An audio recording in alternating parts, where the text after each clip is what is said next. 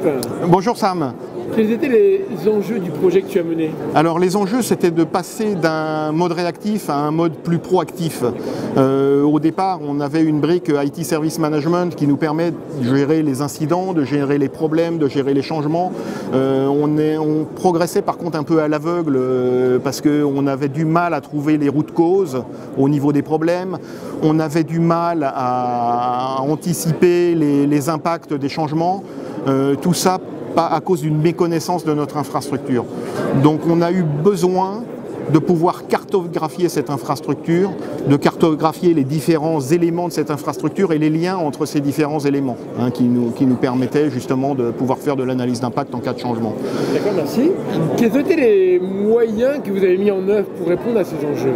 Alors, on a rajouté à la brique IT Service Management une brique IT Operation Management qui comprend en fait 3 volets. Une partie Discovery, pour faire la découverte de l'infrastructure, une partie gestion des événements dans laquelle on a connecté nos outils de supervision ainsi que nos outils de monitoring applicatif et on a remonté ces événements au niveau central dans la plateforme pour les exploiter, c'est-à-dire en cas de problème sur une application, pouvoir automatiquement ouvrir un incident ou pouvoir, à travers la 3e brique qui est la brique orchestration, pouvoir automatiser des processus de rémédiation. Vous êtes appuyé sur un outil en particulier? Alors on s'est appuyé en centrale sur la partie ServiceNow qui nous gère la partie IT SM et la partie ITOM pour l'opération.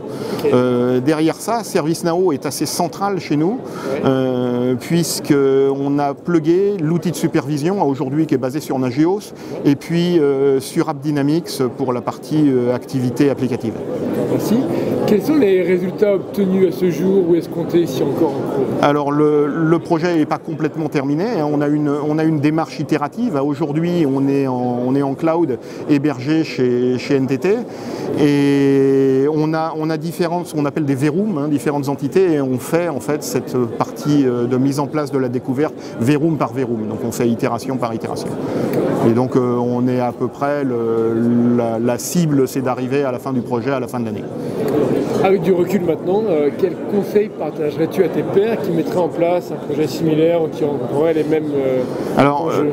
Le conseil, c'est d'embarquer une équipe pluridisciplinaire dans la partie Discovery notamment, parce qu'il y a beaucoup d'impact sur le système, puisqu'il faut aller faire de la découverte sur des éléments système, aussi sur le réseau. On a besoin de provisionner des choses, de pouvoir donner des autorisations pour pouvoir aller rechercher cette information.